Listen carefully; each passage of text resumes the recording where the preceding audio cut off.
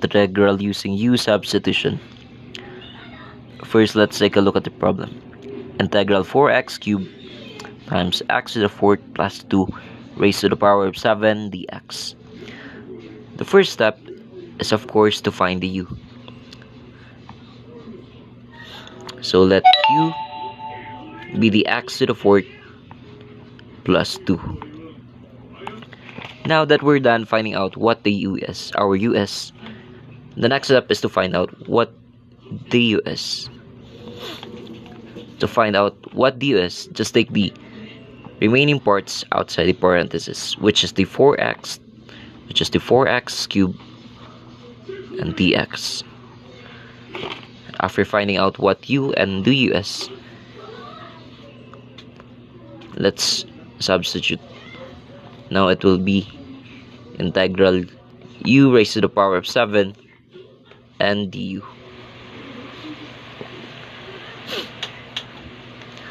After this part, let's integrate.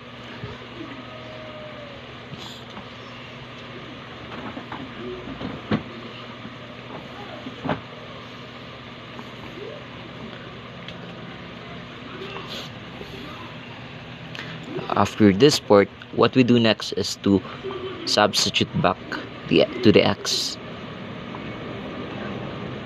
X to the fourth plus 2. Now raised to the power of 8 over 8 plus c. Now we have our final answer. It is x to the fourth plus 2 raised to the power of 8 over 8 plus c.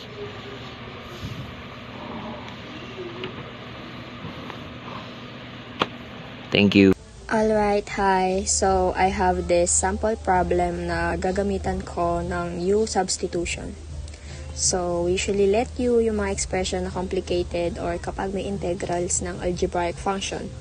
Ililet u natin yung mga expression na naka-raise sa certain exponent. Kaya yung ginawa ko is nilet u ko yung 3x minus 4 kasi naka-raise siya sa 7. As you can see sa given natin.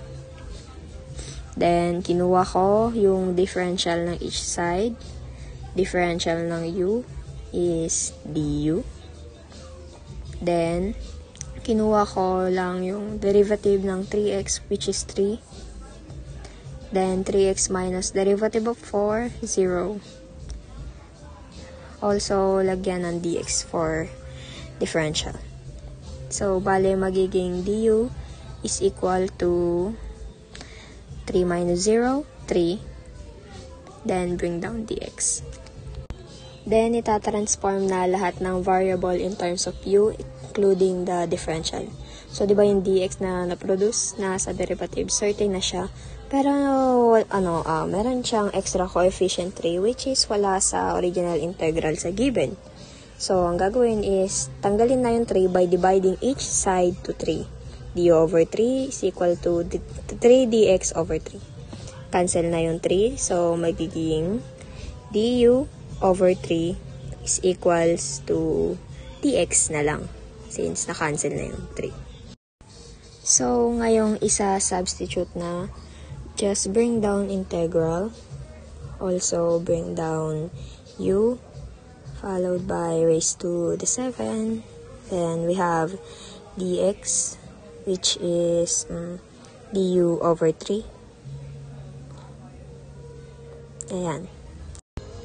Also, pwede rin siyang i-rewrite as over 3. 1/3 u. Oh, oops. 1/3 yan. 1/3 u.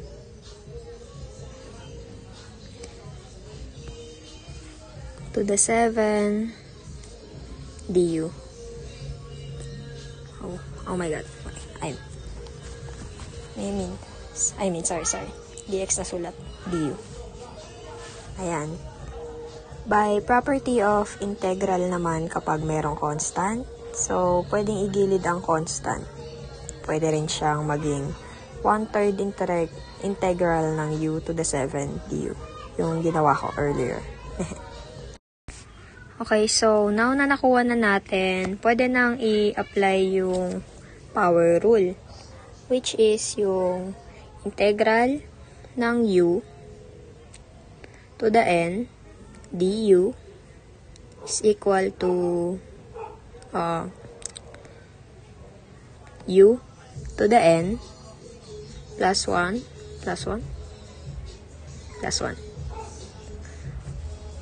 over n plus 1 plus c, providing na n is not equals to negative 1.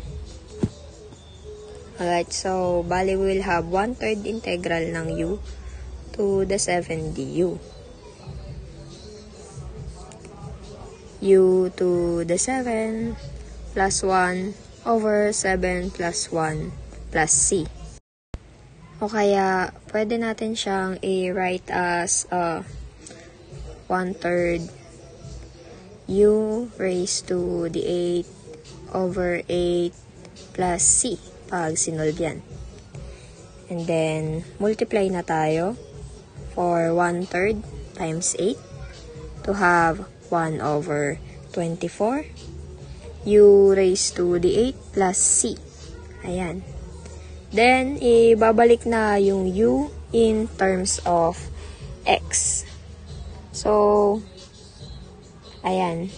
Ganyan na siya isusulat as 1 over 24. Babalik yung u as 3x minus 4 raised to 8 plus c. And, ayan. That makes the final answer. Ayan na. Nakuha na natin. Alright. Thanks. Hello everyone.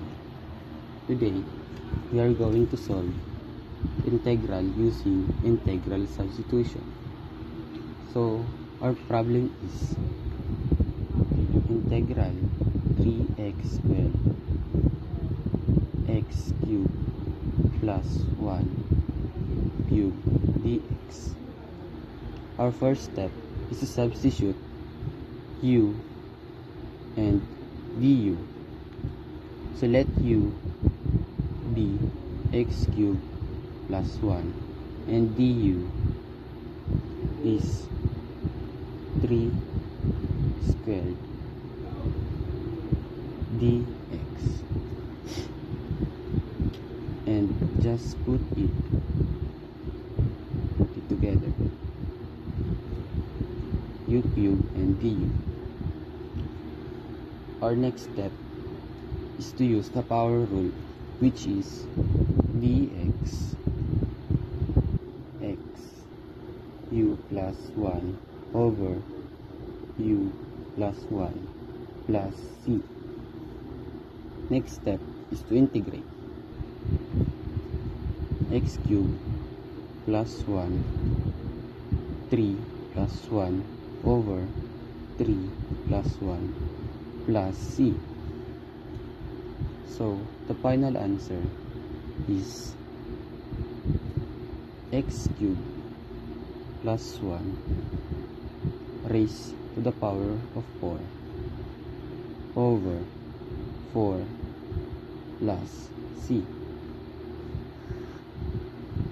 Thank you everyone.